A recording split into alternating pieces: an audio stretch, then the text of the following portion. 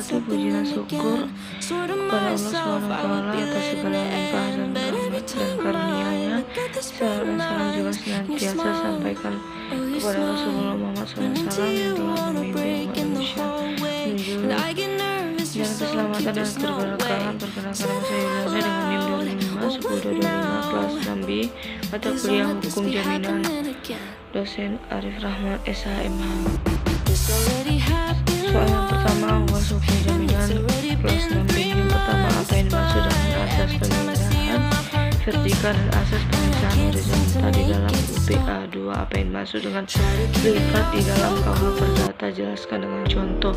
3. Jelaskan apa yang dimaksud dengan perjanjian pinjaman uang, perjanjian gadai, perjanjian fidusia, dan perjanjian hak tanggung disertai dengan masing-masing contohnya. 4. Jelaskan macam-macam bank garansi serta perbedaan dengan jaminan perseorangan. 5. Apa yang dimaksud dengan resi gudang dan proses terjadinya resi gudang tersebut? Jelaskan dengan contoh. 6. Jelaskan secara ringkas isi dari tugas yang Anda kerjakan berupa identifikasi rumusan masalah dan jawaban kesimpulan dari hal tersebut.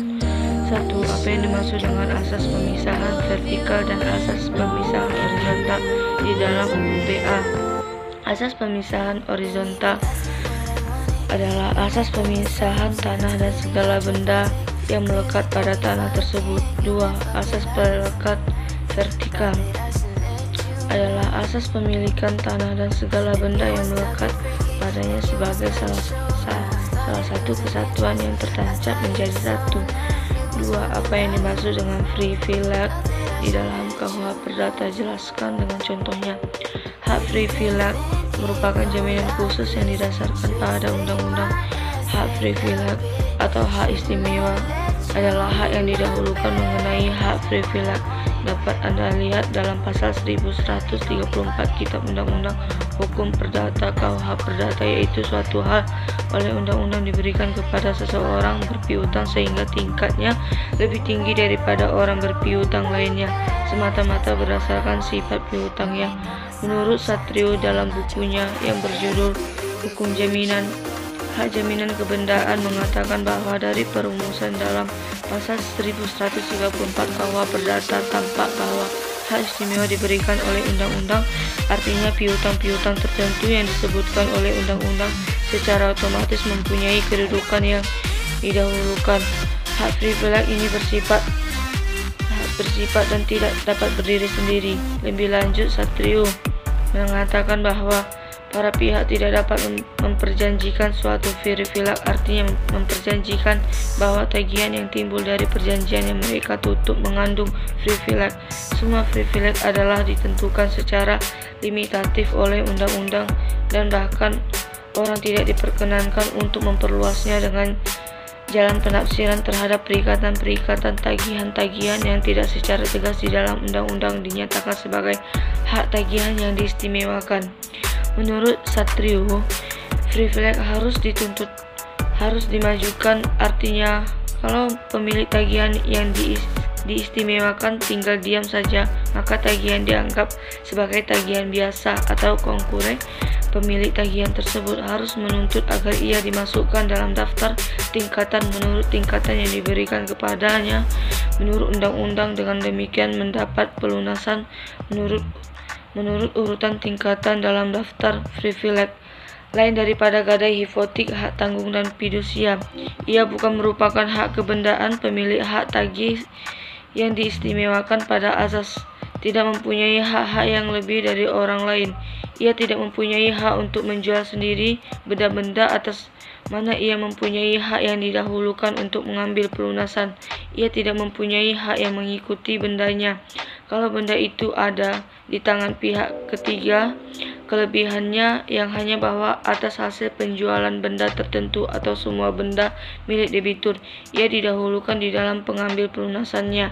Mengenai apa saja yang termasuk ke dalam hak privilege, ini dapat dilihat dalam pasal 1139 dan pasal 1949 KUH Perdata hak retensi, sedangkan Satrio menjelaskan bahwa hak retensi adalah hak yang diberikan kepada kreditur tertentu untuk menahan benda debitur sampai tagihan yang berhubungan dengan benda tersebut dilunasi sebagaimana terdapat dalam pasal 575 ayat 2, pasal 1576 pasal ayat 2, 1729 KUH Perdata, pasal 576 ayat 2 KUH Perdata. Selanjutnya ia berhak menuntut kembali segala biaya yang telah harus dikeluarkan guna menyelamatkan dan demi kepentingan barang tersebut. Demikian pula ia berhak menguasai barang yang diminta kembali itu selama ia belum mendapat penggantian biaya dan pengeluaran tersebut dalam pasal ini.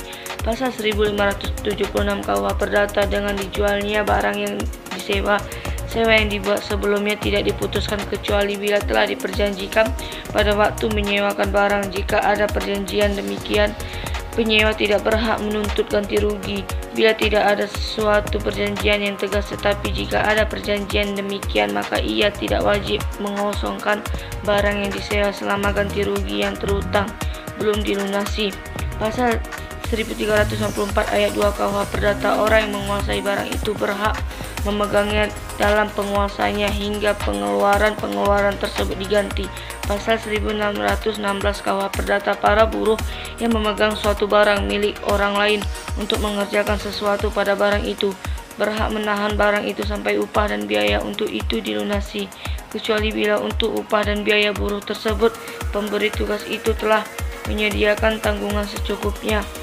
Pasal 1729 KUH Perdata, penerima titipan berhak menahan barang titipan selama belum diganti semua ongkos kerugian yang wajib dibayar kepadanya karena penitipan itu. Pasal 1812 KUH Perdata, penerima kuasa berhak untuk menahan kepunyaan pemberi kuasa yang berada di tangannya hingga kepadanya dibayar lunas segala sesuatu yang dapat dituntutnya akibat pemberi kuasa.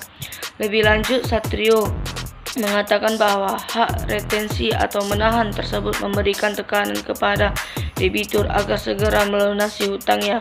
Kreditur dengan hak retensi sangat diuntungkan dalam penagihan piutangnya. Hak retensi berbeda dengan hak-hak jaminan kebendaan yang lain karena ia tidak diperikatkan secara khusus, tidak diperjanjikan dan bukan diberikan oleh undang-undang dengan maksud untuk mengambil pelunasan lebih dahulu dari hasil penjualan benda-benda debitur, tetapi sifat jaminan di sana muncul demi hukum karena ciri atau sifat daripada lembaga hukum itu sendiri. Namun demikian ia tetap bukan merupakan privilege karena privilege ditentukan sebagai demikian oleh undang-undang. 3. Jelaskan apa yang dimaksud dengan perjanjian pinjaman uang, perjanjian gadai, perjanjian fidusia, dan perjanjian hak tanggungan disertai dengan masing-masing contohnya. Perjanjian pinjaman peminjam uang menurut KUH Perdata pasal 1754 yang berbunyi, pinjam meminjam ialah perjanjian dengan mana pihak yang satu memberikan kepada pihak yang lain suatu jumlah tertentu barang-barang yang habis karena pemakaian dengan syarat bahwa pihak yang terakhir ini akan mengembalikan sejumlah yang sama. Salim Haji menyatakan bahwa yang dimaksud dengan gadai adalah suatu perjanjian yang dibuat antara kreditur dengan debitur, di mana debitur menyerahkan benda bergerak kepada kreditur untuk menjamin pelunasan suatu hutang. Gadai ketika debitur lalai melaksanakan prestasinya. Jadi, perjanjian jaminan fidusia adalah perjanjian yang berisi kesepakatan antara pemberi fidusia dengan penerima fidusia bahwa suatu benda tertentu diserahkan atau akan diserahkan hak miliknya secara kepercayaan dari pemberi fidusia kepada penerima fidusia guna menjamin pembayaran hutang debitur dalam suatu perjanjian. Perikatan tanggung-menanggung ialah suatu perikatan yang dimana para pihak terdiri dari dua atau lebih kreditur dan pihak terdiri dari dua atau lebih debitur. Berdasarkan pengertian tersebut dikenal sebagai perikatan tanggung-menanggung aktif dan tanggung-menanggung pasif. Contoh surat perjanjian pinjaman uang bahwa pada hari ini Selasa 2 November 2020 kami yang bertanda tangan di bawah ini setuju mengadakan perjanjian utang piutang, yaitu nama Heri Purwanto, NIK 3562692011, pekerjaan wira swasta, alamat Jalan Kenangan, Cermani, nomor 4, Cilanda, Jakarta. Untuk selanjutnya disebut pihak pertama nama Fatia Askia NIK 5719110, pekerjaan karyawan swasta, alamat Jalan Harapan Jaya nomor 256 Bogor. Untuk selanjutnya disebut pihak kedua, maka melalui surat perjanjian ini disetujui oleh kedua belah pihak ketentuan-ketentuan sebagaimana tercantum di bawah ini. Pihak pertama telah menerima uang tunai sebesar 150 juta dari pihak kedua, yang dimana uang tunai tersebut adalah utang atau pinjaman uang. Pihak pertama bersedia memberikan barang jaminan, yakni kendaraan bermotor berupa mobil yang lainnya dianggap sama dengan utang pinjaman kepada pihak kedua. Pihak pertama berjanji akan melunasi uang pinjaman kepada pihak kedua dengan tenggang waktu selama 3 bulan terhitung dari tanda tanganinya surat perjanjian pinjaman uang ini. Apabila di kemudian hari ternyata pihak pertama tidak dapat membayar pinjaman uang tersebut, maka pihak kedua memiliki hak penuh atas barang jaminan, baik untuk dimiliki pribadi maupun untuk dijual kepada orang lain. Surat perjanjian ini dibuat dalam 2 rangka bermaterai cukup dan masing-masing rangka mempunyai kekuatan hukum yang sama masing-masing untuk pihak pertama dan pihak kedua. Surat perjanjian dibuat dan ditandatangani oleh kedua belah pihak secara sadar dan tanpa tekanan dari pihak manapun di Jakarta pada hari, tanggal, dan bulan seperti tersebut di atas. Demikianlah surat perjanjian pinjaman uang ini dibuat bersama di depan saksi-saksi dalam keadaan sehat jasmani dan rohani, dan untuk dijadikan sebagai pegangan hukum bagi masing-masing pihak. Jakarta, 2 November 2020. Pihak pertama, pihak kedua, Heri Purwanto, Fathia Askia. Contoh surat perjanjian gadai rumah. Surat perjanjian gadai rumah yang bertanda tangan di bawah ini: nama, umur, pekerjaan, alamat, nomor KTP, SIM. Dalam hal ini bertindak atas nama diri pribadi yang selanjutnya disebut pihak pertama: nama, umur, pekerjaan, alamat, nomor KTP, SIM. Dalam hal ini bertindak atas nama diri pribadi yang selanjutnya disebut pihak kedua. Pihak pertama dengan ini berjanji untuk menyatakan dan mengikatkan diri untuk menggadaikan kepada pihak kedua, dan pihak kedua juga berjanji dengan menyatakan serta mengikatkan diri untuk menerima pengadaian dari pihak pertama dengan syarat-syarat serta ketentuan-ketentuan yang tertulis di dalam surat perjanjian gadai ini yang diatur dalam 12 pasal sebagai berikut. Pasal 1, objek pegadaian. Ayat 1, objek pegadaian adalah benda tak bergerak berupaya sebuah rumah bersertifikat hak milik nomor yang terletak di kelurahan, kecamatan, kota madya, provinsi, dengan luas tanah dalam huruf meter persegi dan bangunan rumah seluas-luas tanah di dalam huruf meter persegi. Ayat 2, rumah yang dimaksud ayat 1 tersebut di atas berupa rumah tinggal berlantai jumlah dalam huruf berdinding, tembok, jumlah kamar, jumlah dalam huruf buah dengan fasilitas yang telah terdapat padanya berupa aliran listrik berkekuatan watt, voltas, dan jumlah dalam huruf jalur telepon. Pasal 2, jaminan pihak pertama. Ayat 1, pihak pertama menjamin sepenuhnya bahwa rumah yang digadaikan adalah benar-benar milik atau hak pihak pertama sendiri dan tidak ada orang atau pihak lain yang turut mempunyai hak bebas dari sitaan tersangkut dalam suatu perkara atau sengketa. Hak kepemilikannya tidak sedang dipindahkan atau sedang dijaminkan kepada pihak lain dengan cara bagaimanapun juga, dan tidak sedang atau telah dijual kepada orang atau pihak lain. Ayat 2, jaminan pihak pertama seperti ayat 1 tersebut di atas dikuatkan oleh 2 orang yang turut menandatangani surat perjanjian ini selaku saksi. Kedua orang saksi tersebut adalah nama, pekerjaan, alamat lengkap, hubungan kerabat pihak pertama, nama, pekerjaan, alamat lengkap, hubungan kerabat pihak pertama. Pasal 3, tujuan pegadaian pihak pertama menggadaikan rumahnya kepada pihak kedua untuk mendapatkan tambahan modal untuk memperbesar usahanya dalam bidang. Pasal 4 jangka waktu ayat 1 masa berlakunya perjanjian gadai ini dilangsungkan untuk jangka waktu dalam huruf tahun terhitung sejak tanggal, bulan, dan tahun dan berakhir pada tanggal, bulan, dan tahun. Ayat 2 sebelum jangka waktu gadai ini berakhir, pihak kedua sama sekali tidak dibenarkan meminta pihak pertama untuk mengakhiri jangka waktu gadai kecuali terdapat kesepakatan di antara kedua belah pihak. Pasal 5 status kepemilikan. Ayat 1 status kepemilikan rumah tersebut di atas sepenuhnya berada di tangan pihak pertama hingga pihak kedua.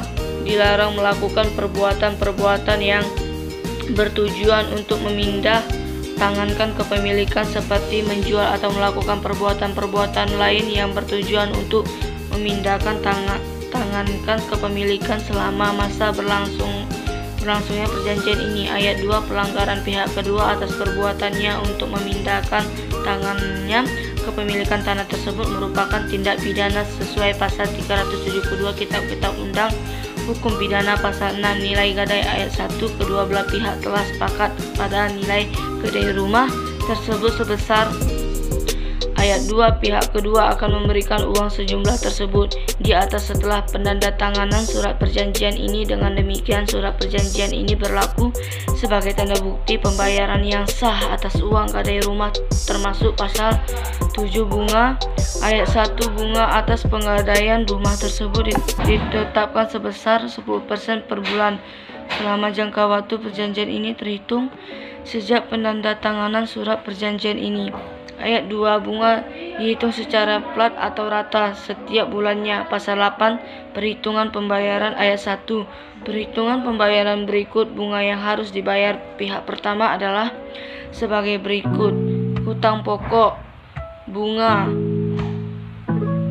kali rupiah berjumlah terbilang atau jumlah uang dalam huruf. Ayat 2 pihak kedua tidak diperbolehkan memungut uang tambahan lagi dari pihak pertama dengan alasan atau dalih apapun juga selama jangka waktu pegadaian ini berlangsung. Ayat 3 pihak pertama dapat menebus rumah yang digadaikan jika pembayaran telah dilunasi.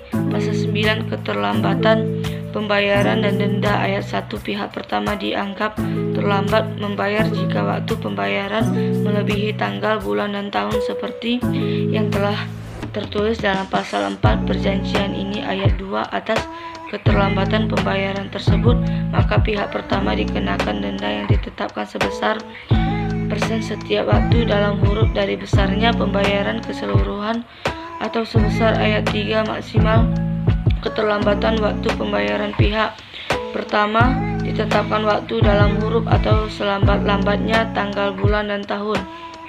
Pasal 10 ketidakmampuan pembayaran pihak pertama. Ayat 1 apabila setelah tanggal, bulan, dan tahun dilalui dan ternyata pihak pertama tetap tidak mampu melaksanakan kewajiban pembayarannya, maka pihak pertama memberikan kekuasaan penuh kepada tanggal, bulan, dan tahun untuk menjual rumah miliknya.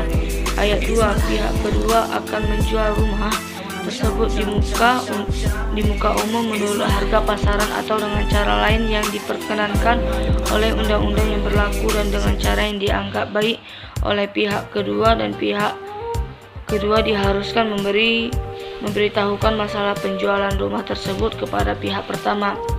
Ayat 3 hasil penjualan rumah menjadi pihak pertama setelah dikurangi kewajiban pembayarannya yang berupa hutang pokok pihak pertama ditambah bunga dan denda. Pasal 11 penyelesaian dan perselisihan. Ayat 1 apabila terjadi perselisihan di antara kedua belah pihak, maka kedua belah pihak dan akan berusaha menyelesaikan secara kekeluargaan atau musyawarah untuk mufakat. Ayat 2 apabila perselisihan tersebut tidak dapat diselesaikan secara kekeluargaan atau musyawarah untuk mufakat, maka kedua belah pihak bersepakat untuk menyelesaikan secara hukum dan kedua belah pihak telah sepakat untuk memilih tempat tinggal yang umum dan tetap di kantor kepaniteraan pengadilan negeri. Contoh penerapan jaminan fidusia yaitu dalam proses jual beli motor secara kredit.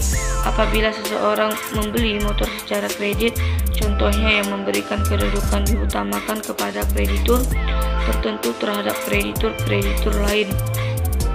4. Jelaskan macam-macam bank garansi serta perbedaannya dengan jaminan perseorangan. Jenis bank garansi. Garansi penawaran garansi uang muka, garansi pemeliharaan, dan hak kebendaan memberikan wewenang yang sangat luas kepada pemiliknya. Hak ini dapat dijual, dijaminkan, disewakan, atau dapat dipergunakan sendiri, sedangkan hak perorangan memberikan wewenang yang terbatas. Pemilik hak perorangan dapat menikmati apa yang menjadi haknya. Jaminan perorangan. Dan untuk menjawab pertanyaan sebenarnya jaminan perorangan adalah sama dengan penanggungan atau perjanjian penanggung atau yang biasa disebut dengan dalam buku hukum jaminan di Indonesia, pokok-pokok hukum jaminan dan jaminan perorangan. Di samping jaminan yang bersifat kebendaan, terdapat jaminan yang bersifat perorangan. Lebih lanjut, menjelaskan ditinjau dari sifatnya. Jaminan penanggungan tergolong pada jaminan yang bersifat perorangan, yaitu adanya orang atau pihak ketiga badan hukum yang menjamin memenuhi perutangan, manakala debitur uang prestasi. Pada jaminan yang bersifat perorangan, pemenuhan prestasi hanya dapat dipertahankan terhadap orang-orang tertentu, yaitu si debitur atau penanggungnya. Berdasarkan uraian di atas, penanggung atau jaminan perorangan dapat diberikan baik oleh perorangan atau oleh badan hukum. Dalam bukunya Hukum Jaminan khusus perorangan, yaitu terdiri dari jaminan perorangan. Jaminan adalah suatu perjanjian dengan mana seorang pihak ketiga guna kepentingan si berpiutang mengikatkan diri untuk memenuhi perikatan si berutang manakala orang ini tidak memenuhinya. Sebenarnya tidak ada perbedaan khusus antara pokoknya terletak pada siapa pihak ketiga yang memberikan jaminan. Jika dalam yang memberikan jaminan adalah orang perorangan, dalam yang memberikan jaminan pelunasan hutang adalah badan hukum baik berupa perusahaan, bank maupun lembaga penjamin. Adapun beberapa faktor khusus yang harus diperhatikan untuk yang harus dilihat dulu, apakah anggaran dasar melarang atau tidak untuk memberikan. Jika tidak ada ketentuan tegas melarang memberikan, maka harus diperhatikan maksud dan tujuan pendirian, kemudian dihubungkan dengan perikatan yang hendak dijamin apakah selaras atau tidak. Pada umumnya, jika penanggung badan hukum memberikan kepada pengurus direktur adalah tidak sah, karena pemberian hutang direktur tidak ada hubungan dengan pelaksanaan usaha bank garansi. Kemudian mengenai apa itu bank garansi atau jaminan, menjelaskan bahwa bank garansi adalah suatu jenis penanggungan di mana yang bertindak sebagai penanggung adalah bank garansi. Terjadi jika bank selaku penanggung diwajibkan untuk menanggung pelaksanaan pekerjaan tertentu atau menanggung dipenuhinya pembayaran tertentu kepada kreditur. Lebih lanjut, bagaimana mekanisme bank garansi. Bank baru bersedia memberikan garansi jika kepada bank telah disetorkan sejumlah uang tertentu sebesar garansi yang akan diberikan oleh bank. Jika kebetulan pemohon garansi itu telah mempunyai rekening atau deposit pada bank, maka bank akan memblokir sejumlah uang itu untuk keperluan pemberian surat jaminan bank. Kemungkinan lainnya dapat juga pemohon garansi tidak menyerahkan sejumlah uang kepada bank, melainkan memberikan kontrak garansi yang berwujud jaminan yang bersifat kebendaan.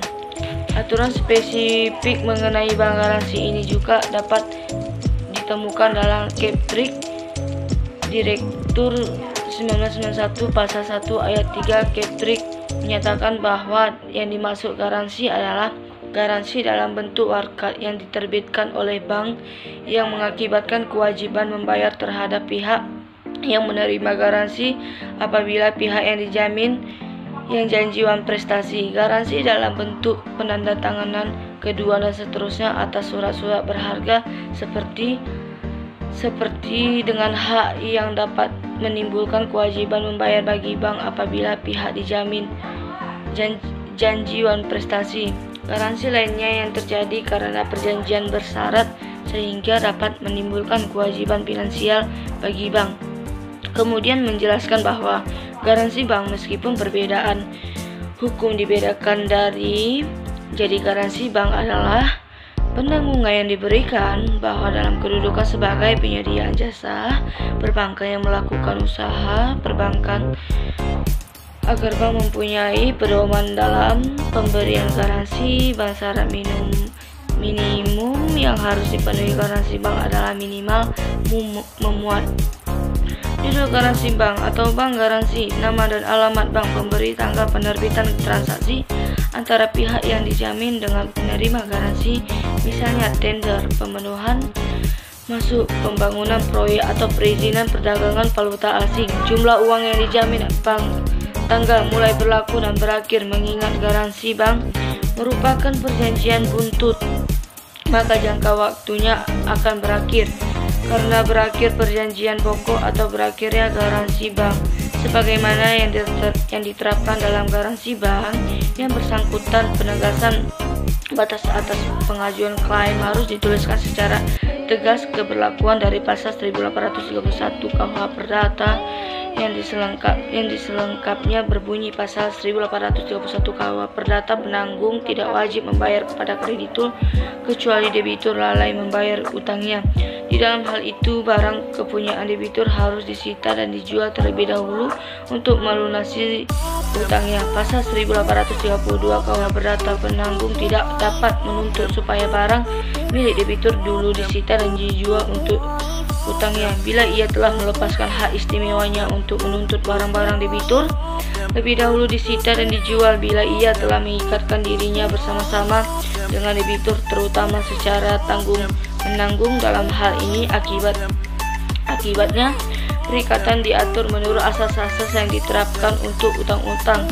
Tanggung-menanggung jika debitur dapat mengajukan suatu tangkisan yang hanya mengenai dirinya sendiri secara pribadi, secara debitur berada keadaan pailit dalam hal penanggungan yang diperintahkan oleh hakim. Jadi pada dasarnya ketiganya, baik jaminan perorangan dan bank garansi, adalah bentuk penanggungan yang ada dalam pasal 1820 KUH Perdata yang berbunyi, penanggungan ialah suatu perjanjian di mana pihak ketiga demi kepentingan kreditur mengikatkan diri untuk memenuhi perikatan debitur. Bila debitur itu tidak memenuhi perikatan, perbedaan terletak pada siapa pihak ketiga yang memberikan penanggungan tersebut. Apakah pihak ketiga tersebut adalah orang perorangan, badan hukum, atau barang? 5. Apa yang dimaksud dengan resi gudang dan proses terjadinya resi gudang tersebut? Jelaskan dengan contohnya. Dalam undang-undang ini yang dimaksud dengan satu sistem resi gudang adalah kegiatan yang berkaitan dengan penerbitan, pengalihan, penjaminan, dan penyelesaian transaksi. Resi gudang 2. Resi gudang adalah dokumen bukti kepemilikan atas barang yang disimpan di gudang yang diterbitkan oleh pengelolaan gudang. Resi gudang dapat diterbitkan dalam dua jenis. Ada resi gudang atas nama dan resi gudang atas nama perintah. Jika di dalam dokumen itu dicantumkan nama pihak individu atau korporasi yang akan menerima penyerahan barang setelah jatuh tempo, maka dokumen ini adalah resi gudang atas nama. Jika tidak ada pencatat umum nama seseorang, maka ini adalah resi gudang atas perintah. Resi gudang itu memuat sekurang-kurangnya keterangan berupa 1. Judul resi gudang, 2. Jenis resi gudang atas nama atau atas perintah, 3. Nama dan alamat pihak pemilik barang, 4. Lokasi gudang, tempat penyimpanan barang, 5. Tanggal penerbitan resi gudang, 6. Nomor penerbitan, 7. Waktu jatuh tempo, 8. Deskripsi barang yang disimpan, 9. Biaya penyimpanan, 10. Tanda tangan pemilik barang dan pengelolaan gudang, dan 11. Nilai barang berdasarkan harga pasar pada saat barang dimasukkan ke dalam gudang. Contohnya peminjam uang di bank adalah contoh yang terbilang perlu waktu di dalam praktik bisnis. Terkadang Ali harus mencari cara alternatif yang lebih cepat dalam memperoleh dana agar untuk membiayai bisnisnya. Katakanlah ia tidak berminat pergi ke bank, tetapi lebih memilih menghubungi rekan bisnis bernama Chandra. Namun Chandra tidak bersedia meminjamkan uangnya. Ali lalu mengatakan ia punya simpanan sekian ton beras di gudang perusahaan Gudang Sejati. Untuk itu diperlihatkan resi gudang di tangannya. Chandra bersedia menerima pengalihan resi gudang tadi. Sebagai imbalannya tertentu, Chandra memberikan uang dengan nilai tertentu yang disepakati. Proses peralihan ini adalah berbentuk jual beli resi gudang. Dalam hal ini, Ali dan Chandra tidak perlu harus memindahkan beras dari perusahaan Gudang Sejati ke gudang milik orang lain. Beras tetapi disimpan di gudang yang sama. Ali cukup mengalihkan dokumen berupa resi gudang itu kepada Chandra. Jadi Chandra sekarang adalah pemegang resi gudang yang baru karena mendapat pengalihan dari Ali. Dalam proses pengalihan ini, Ali harus menjamin satu, resi gudang tersebut asli. Dua, penerima pengalihan dianggap tidak mempunyai pengetahuan atas setiap fakta yang dapat menanggung keabsahan resi gudang. Tiga, pihak yang mengalihkan mempunyai hak untuk mengalihkan resi gudang. Empat, penerima pengalihan selanjutnya dibebaskan dari segala tanggung jawab atas kesalahan pengalihan pemegangan resi gudang terdahulu. Dan lima, proses pengalihan terjadi secara sesuai dengan undang-undang. Artinya Ali harus punya itikat baik dalam proses peralihan ini, sehingga Chandra tidak boleh dibebani risiko apapun terkait keabsahan dan kebenaran ini. Pernyataan resi gudang yang diperlihatkan sekaligus ada jaminan demikian. Chandra melalui Ali atau perusahaan Gudang Sejati dapat meminta informasi kepada pusat registrasi resi gudang tentang status resi gudang yang akan dialihkan kepadanya. Apabila Ali dan Chandra setuju dengan pengalihan ini, maka mereka memproses dengan cara satu, penandatanganan otentik dalam resi gudang atas nama perusahaan, atau dua, endorsement dari pihak pengalihan dalam hal resi gudang atas perintah. Tata cara penyerahan ini sebenarnya sudah diatur dalam pasal KUH Perdata dan konteks terjadinya peralihan di atas, maka tentu pusat registrasi harus mengetahui. Untuk itu kewajiban Ali melaporkannya. Pusat registrasi akan memverifikasi apakah Chandra masih berhak untuk mengalihkan. Batas waktunya juga dilihat apakah masih ada kurun waktu minimal 5 hari sebelum jatuh tempo. Juga status dari resi gudang itu sedangkan tidak dijaminkan pusat registrasi. Dengan demikian dapat membatalkan pengalihan itu apabila ia menemukan ada persyaratan yang tidak terpenuhinya untuk terjadinya pengalihan. Namun jika disetujui, maka pusat registrasi akan melakukan pemindahan kepemilikan resi gudang. Konfirmasi dari pusat registrasi ini akan dikirimkan kepada pihak-pihak yang berkepentingan, yakni Ali, Chandra, dan perusahaan Gudang Sejati. Hak yang ada di dalam dokumen resi gudang ini adalah hak berupa benda bergerak yang abstrak, sehingga dapat juga peralihan selain melalui transaksi jual beli, misalnya melalui hibah dan pewarisan, serta sebab-sebab lainnya yang dibenarkan undang-undang, termasuk kepemilikan barang karena pembubaran badan usaha yang semula merupakan pemegang resi gudang. Resi gudang juga dapat diperdagangkan di bursa. Jika resi gudang dapat diperjualbelikan bahkan di bursa, maka satu pertanyaan yang kerap diajukan adalah apakah resi gudang itu termasuk dalam kriteria surat berharga. Ada beberapa syarat untuk dapat disebut surat berharga. Dalam beberapa literatur digunakan istilah surat berharga. Menurut dalam bukunya yang berjudul Hukum Surat Berharga, surat yang berharga itu mengandung 3 ciri, yaitu 1. Surat bukti tuntutan utang, 2. Pembawa hak, dan 3. Suka diperjanji jual belikan. Ciri yang terakhir ini adalah karena surat yang berharga membutuhkan formalitas tertentu untuk dapat diperalihan. Sebagai contoh, mensyaratkan peralihan dengan cara jika mengikuti ketiga ciri yang disebutkan di atas, jelas bahwa resi gudang memenuhi semua jenis tersebut. Jika dilihat dari fungsi, maka resi gudang juga memenuhi syarat untuk disebut sebagai surat berharga menurut pengaribuan dalam buku yang berjudul Hukum hukum dagang surat-surat berharga. Surat berharga mempunyai dua fungsi, yaitu sebagai untuk dapat diperdagangkan dan sebagai alat bukti terhadap hutang yang telah ada. 6. Jelaskan secara ringkas isi dari tugas paper yang Anda kerjakan berupa identifikasi, rumusan masalah, dan jawaban kesimpulan dari hal tersebut. Apakah Anda pernah mendengar istilah hukum jaminan? Istilah ini lebih jarang dikenali masyarakat dibandingkan istilah gadai yang lebih akrab di telinga.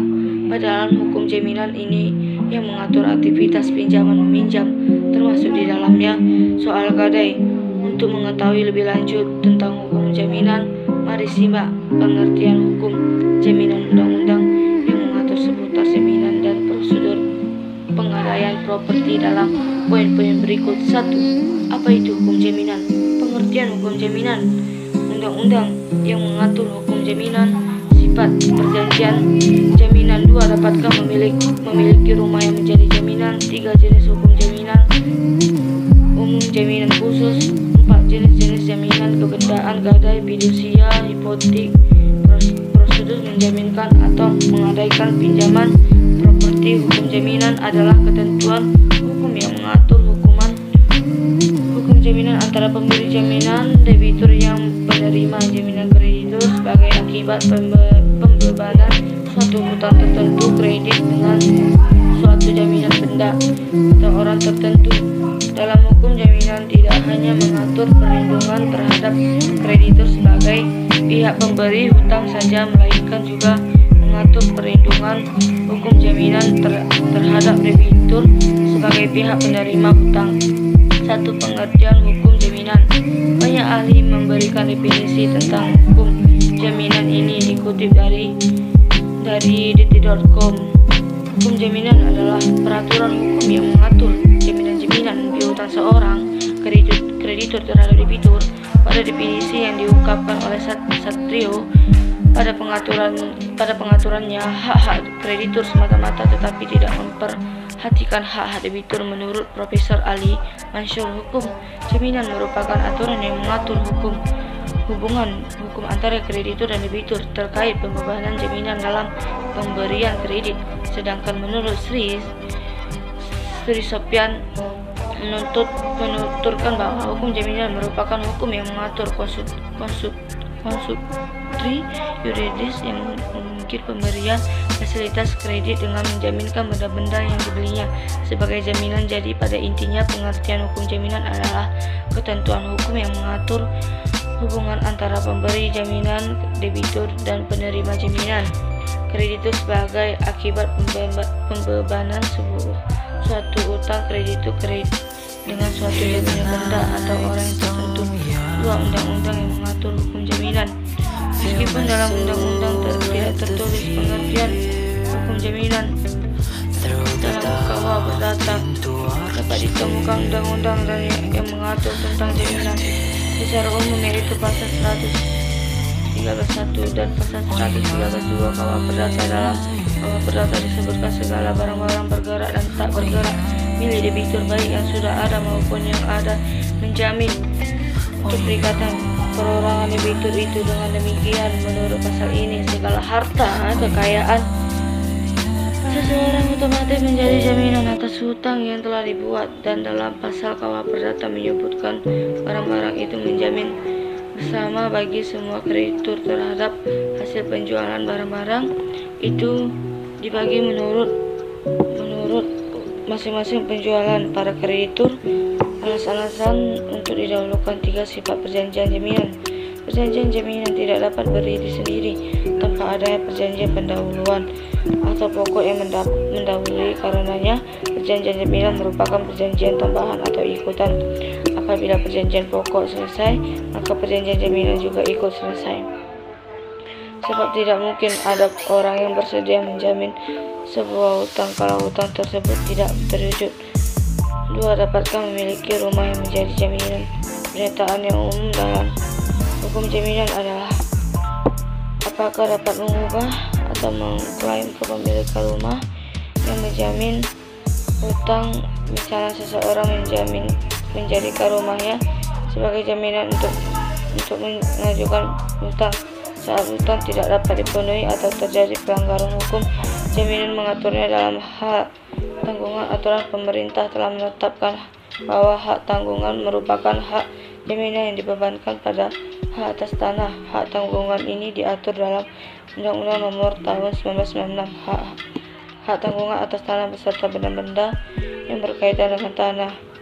Hak tanggungan bisa dibebankan kepada hak atas tanah, bermaksud tanaman, bangunan serta karya yang sudah eksis atau ada yang merupakan suatu kesatuan dengan tanah tersebut, dan hak yang merupakan milik pemegang atas tanah yang pembebanan sudah tercantum dalam hak pemberian hak tanggung yang bersangkutan. Maka dalam hukum, jaminan yang dapat dilakukan dalam hukum ini adalah melakukan eksekusi dengan menjual rumah, tanah, objek jaminan tersebut di muka melalui lembaga lelang hasil penjualan yang ada untuk melunasi hutang-hutang terdapat. Sisa itu dikembalikan kepada teman. Hak penanggungan adalah hak satu bentuk jaminan kebentukan fidusia dan hipotek. Perlu diingat ataupun tujuan dalam hukum jaminan barang yang melainkan untuk jaminan perusahaan hutang.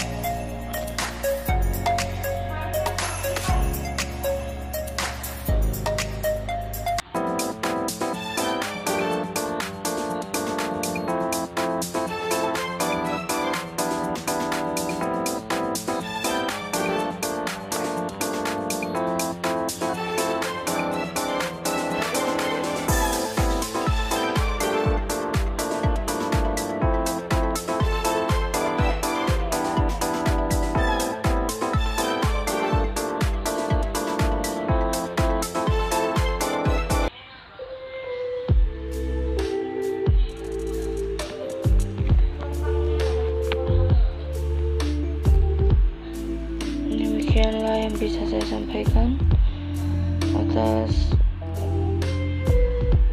kesalahan, baik disengaja maupun tidak sengaja. Lebih dan kurang saya mohon maaf. Terima kasih banyak. Wassalamualaikum warahmatullahi wabarakatuh.